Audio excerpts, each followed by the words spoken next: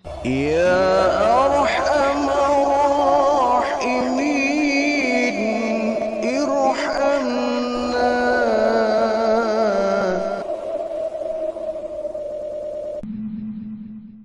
اللهم صل على سيدنا محمد الفاتح لما أغلق والخاتم لما سبق والنصر الحق بالحق واهدنا إلى صراطك المستقيم وعلى آله حق قدره ومقداره العظيم. Para pecinta ilmu, pecinta dakwah, ikhwan fillah rahimakumullah. Insyaallah kita akan melanjutkan kembali kajian Nasaihul Ibad sampai kepada maqalah ke-31. Ada satu ucapan dari seorang ulama besar, Hatim Al-Aswam rahimahullah, di mana beliau mengatakan arba'atu asya'a la ya'rifu qatraha illa arba'atun. Ada 4 hal yang hakikatnya hanya bisa diketahui oleh 4 golongan tersebut. Ada 4 hal yang hakikatnya hanya bisa diketahui oleh 4 golongan. Arba'atu asya la ya'rifu qatraha illa arba'atun. Tidak ada 4 hal yang diketahui kecuali oleh 4 golongan ini. Yang pertama, asyababu la ya'rifu qatrahu illa syuyukh. Tidak ada yang mengetahui nikmatnya masa muda kecuali oleh orang yang sudah tua. Wal afiyatu la ya'rifu qatraha illa ahlul bala'i. Tidak ada yang mengetahui nikmatnya hidup lapang kecuali orang-orang yang tertimpa musibah. La ya'rifu qatraha illal marda. Wasihatu la ya'rifu qatraha illal marda. Tidak ada yang mengetahui nikmatnya sehat kecuali orang-orang yang sakit. Wal hayatu la ya'rifu qatraha illal mauta. Tidak ada yang mengetahui nilai kehidupan kecuali orang-orang yang sudah mati. Kita akan coba lihat lebih dekat lagi ungkapan dari Hatim Al-Aswam ini. Semoga bisa menjadi iktibar dan buah nasihat untuk kita semuanya. Yang pertama, syababu la ya'rifu qadrahu illa syuyukhu. Tidak ada yang mengetahui nikmatnya masa muda kecuali oleh orang yang sudah tua. Tidak ada yang bisa mengetahui nikmatnya masa muda kecuali oleh orang yang sudah tua. Artinya, orang yang sudah mengalami masa muda, ya siapa kalau bukan orang yang sudah tua. Nah, kemudian masa muda ini dijadikan sebagai motivasi, sebagai cerita yang baik-baik, sebagai inspirasi ketika dia menghadapi hari-hari tua. Nah, orang yang akan menghadapi masa-masa tua tentunya dia harus berhati-hati saat dia menghadapi masa muda. Berapa banyak orang yang masa tuanya terlunta-lunta, masa tuanya tidak bahagia, masa tuanya kurang beruntung karena dia ketika menjalani masa muda dia lebih ke berfoya-foya. Lebih baik masa mudanya kita berjuang, kita merasakan kepahitan. Tapi nanti ketika memasuki masa tua kita mendapatkan kemanisan hasil buah dari perjuangan kita. Jadi apa yang didapatkan kita ketika usia tua itu ditanamnya ketika masa muda. Sehingga ada satu nasihat ungkapan ya. Belajarlah kamu di waktu pagi, bekerjalah kamu di waktu siang, makanlah kamu di waktu sore, dan tidurlah kamu di waktu malam. Artinya bahwa Belajarlah kamu di waktu pagi, artinya belajarlah, carilah ilmu selagi masih muda. Bekerjalah di waktu siang, artinya ketika kau sudah dewasa, pergunakan ilmu yang kau peroleh untuk bekerja. Makanlah di waktu sore, nanti hari tuamu akan bisa merasakan bahagia dari hasil perjuanganmu ketika muda. Tidurlah di waktu malam, artinya kalau kau meninggal, maka meninggallah dalam kondisi yang tenang. Logikanya, kalau kita tidak bisa mencari ilmu ketika pagi, maka siang kita nggak bisa bekerja. Kalau siang kita nggak bisa bekerja, sore nggak bisa makan apa-apa. Kalau sore kita tidak makan, alamat malam kita nggak bisa tidur. Ya, artinya kita tidak akan bisa mati dengan tenang, dengan bahagia kalau masa tuanya kita kurang beruntung. Dan masa tua kita kurang beruntung jika kita usia mudanya tidak mau bekerja giat. Nah, bagaimana kita bisa bekerja giat kalau kita ketika belianya, ketika kecilnya nggak mau mencari ilmu. Nah, artinya masa muda adalah kesempatan yang baik untuk kita menggapai keberhasilan, kesuksesan kita di hari tua. Bahagianya kita, beruntungnya kita di hari tua disesuaikan dengan bagaimana dia menata masa mudanya. Sebab itu untuk para kaula muda ini ya, masa muda itu masa yang paling indah. Masa remaja, masa muda itu masa yang paling penuh dengan cerita-cerita indah. Tapi jangan terlena. Kalau terlena di waktu mudanya hanya berfoya-foya, mumpung masih muda berhura-hura, nanti ketika hari tua akan bisa merasakan betapa sangat tidak bergunanya aku menyanyikan waktu muda. Tetapi masa muda ini masa yang enggak lama ya. Waktu rentan yang sangat pendek. Masa remaja, masa muda itu masa yang sangat singkat. Kita akan cepat bergulir seiring dengan berjalannya waktu. Kadang-kadang ini anak, perasaan masih anak-anak kemarin. Sekarang sudah punya anak. Lain waktu dia akan segera berubah menjadi orang tua. Jadi waktu ini sangat cepat berjalannya. Karena waktu ini sangat cepat berjalannya, jangan sampai kita ada waktu yang tersia-siakan. Harus kita manfaatkan dengan sebaik-baiknya untuk kita bekal menuju hari tua. Supaya hari tua kita nikmat ibadah, tidak ada tanggungan ketika kita masih muda. Jadi asyababu la ya'rifu qadrahu illa syuyukh. Tidak ada yang mengetahui nikmatnya masa muda kecuali orang yang sudah tua. Yang kedua, wal afiyatu la ya'rifu qadraha illa ahlul bala. Tidak ada yang mengetahui nikmatnya hidup lapang kecuali orang-orang yang tertimpa musibah. Kita akan bisa merasakan hidup yang lapang saat kita bisa keluar dari permasalahan hidup ini. Orang yang sudah terbiasa menemui kesulitan hidup, maka saat dia menemukan sedikit keberuntungan hidup, dia akan merasakan bahagia. Ya sama sajalah ya. Orang yang tiap hari makan tempe tahu misalkan ya. Sekali dia makan daging kambing, daging sapi, dia akan merasakan betapa nikmatnya daging kambing, daging sapi ini. Karena Pak jarang makan daging.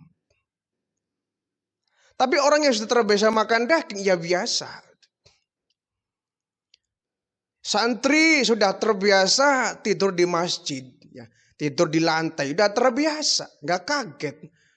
Ketika dia tidur di hotel yang mewah, ya dia sangat pulas menikmati, jarang ketemu. Jadi orang akan merasakan betapa nikmatnya hidup ini ketika dia sudah berjuang menemui kesulitan hidup. Ketika dia merasakan bahagia, bahagianya sangat luar biasa. Artinya apa? Orang yang sudah biasa mendapatkan kesulitan hidup, dia jangan kaget ketika dia menemukan kesulitan yang selanjutnya. Ya. Seperti Indonesia ya, sekian lama kita dijajah oleh Belanda, oleh Jepang. Saat merdeka nikmat luar biasa. Kita lepas dari belenggu penjajah. Kita lepas dari belenggu kolonial ya. Saat merdeka nikmatnya luar biasa. Jadi orang akan merasakan bahagia kalau dia sudah melampaui perjuangan yang pahit. Tapi kalau dari awal dia sudah merasakan tidak ada perjuangannya, ya kurang merasakan kebahagiaan. Ya. Orang baru merasakan nikmatnya dapat uang ketika dia sudah jerih payah. Ya. Jerih payah dia bekerja, mengeluarkan keringat sampai barangkali ya, tetes darah paling penghabisan. Ya. Ketika dia dapat uang, dia akan merasakan nikmatnya itu. Ketimbang orang yang perjuangannya kurang. Ya. Orang yang meminta-minta, pengemis ya, itu kurang nikmat menikmati rezeki. Karena dia mendapatkan uang dengan tidak peras keringat banting tulang. Tapi bagi mereka yang memperas keringat banting tulang, bekerja di terik matahari, kepala jadi kaki, jadi kepala, ketika mendapatkan uang terasa nikmat itu. Terasa nikmat. Inilah hasil keringat saya, hasil perjuangan saya, hasil lelah saya, hasil letih saya. Menghasilkan uang dinikmati. Sangat begitu indah dan nikmat rasanya. Ya, tidak ada yang bisa merasakan kehidupan yang lapang kecuali orang-orang yang tertimpa musibah. Ketika dia mendapatkan musibah, beban hidup yang begitu berat, nah saat musibah itu Allah angkat, dia akan merasakan begitu nikmatnya hidup lepas dari segala musibah. Tetapi orang yang terbiasa mendapatkan musibah, setidaknya dia sudah berpengalaman. Menghadapi kesulitan hidup, dia tidak kaget. Orang yang kaget itu kalau orang yang terbiasa hidup enak, hidup nikmat, tiba-tiba dia keblangsat ya. Tiba-tiba dia jatuh miskin, jatuh bangkrut, kaget. Karena orang ini kebanyakan hanya siap kaya tapi nggak siap miskin. Siap sukses tapi nggak siap bangkrut ya, seperti ini. Mestinya kalau kita siap untuk sukses, kita juga harus siap mental ketika bangkrut. Ya. Kita siap mendapatkan jabatan, tapi nggak siap ketika itu dilepas jabatan. Sehingga ketika dilepas jabatan itu, dia stres, ya. Dia darah tinggi, dia frustasi, dia depresi. Karena siapnya hanya dilantik menjadi seorang pejabat, tapi nggak siap dicopot jabatannya. Jadi orang ketika mendapatkan kebahagiaan, janganlah lupa bahwa roda ini berputar. Orang nggak selamanya sengsara, orang nggak selamanya bahagia.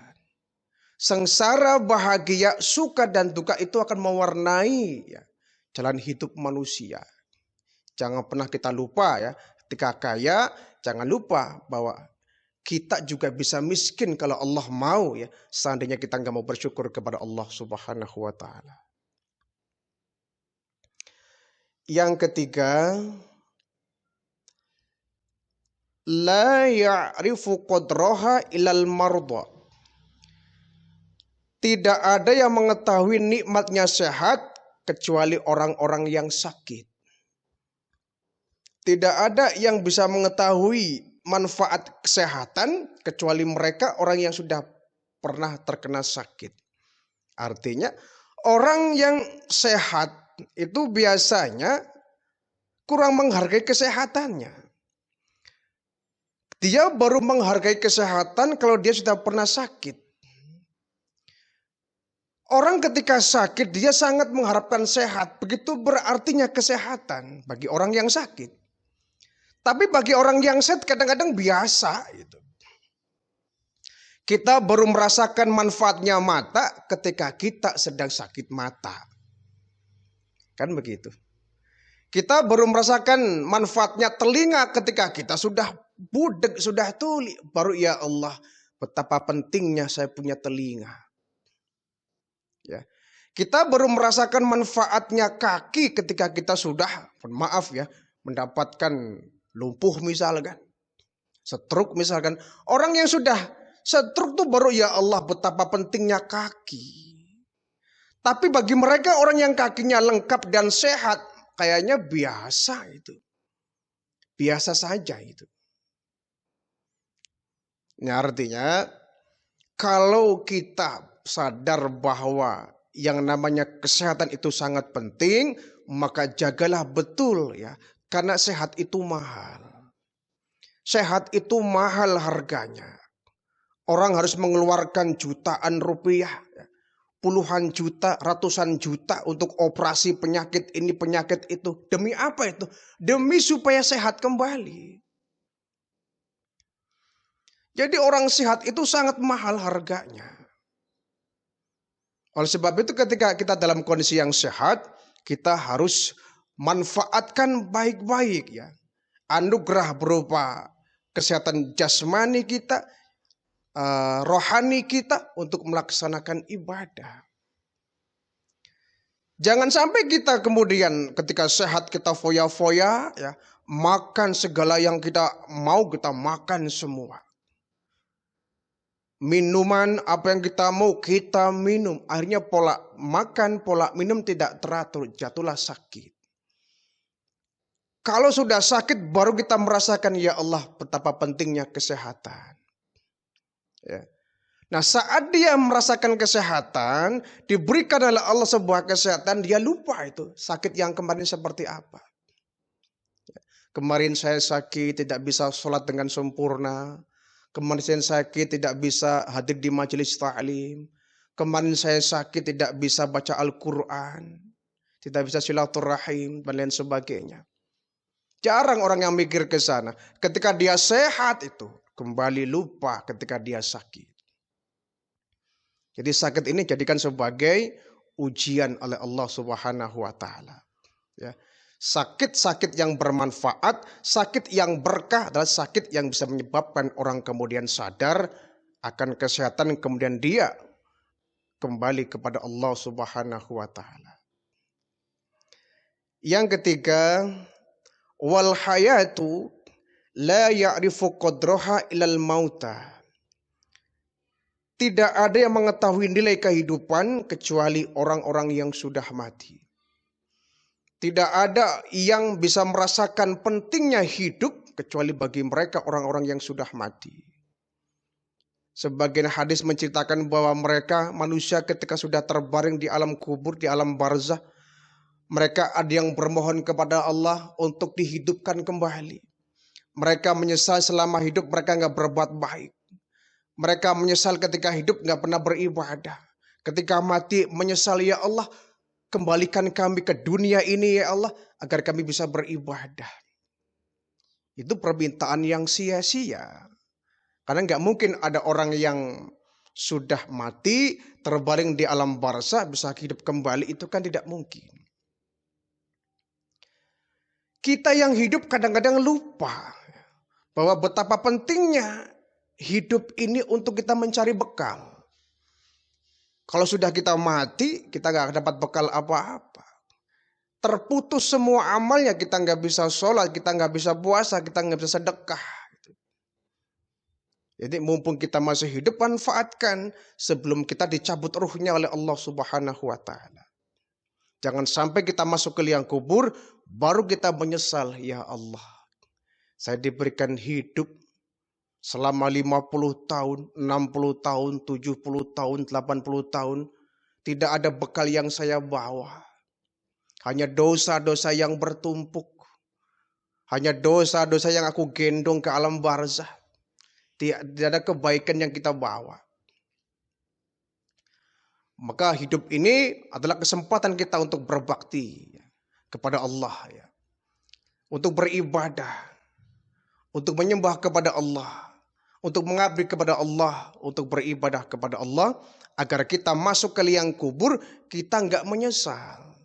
Masuk ke liang kubur, ada kebanggaan, ini loh amal yang bisa saya persembahkan Ketika saya hidup, saya berusaha untuk memperbaiki diri, mendekatkan diri kepada Allah, sehingga kita tidak ada penyesalan. Jadi, la ya'rifu qadraha ilal mauta. Tidak ada yang bisa mengetahui nilai kehidupan kecuali bagi mereka orang-orang yang sudah mati. Jadi, mati merupakan kenyataan yang pasti akan kita temui. Sebab itu, kalau kita meyakini bahwa semua kita akan mati, sadarlah kita, jadikan hidup ini betul-betul yang bermanfaat, yang berkualitas, yang berkah untuk melaksanakan ibadah.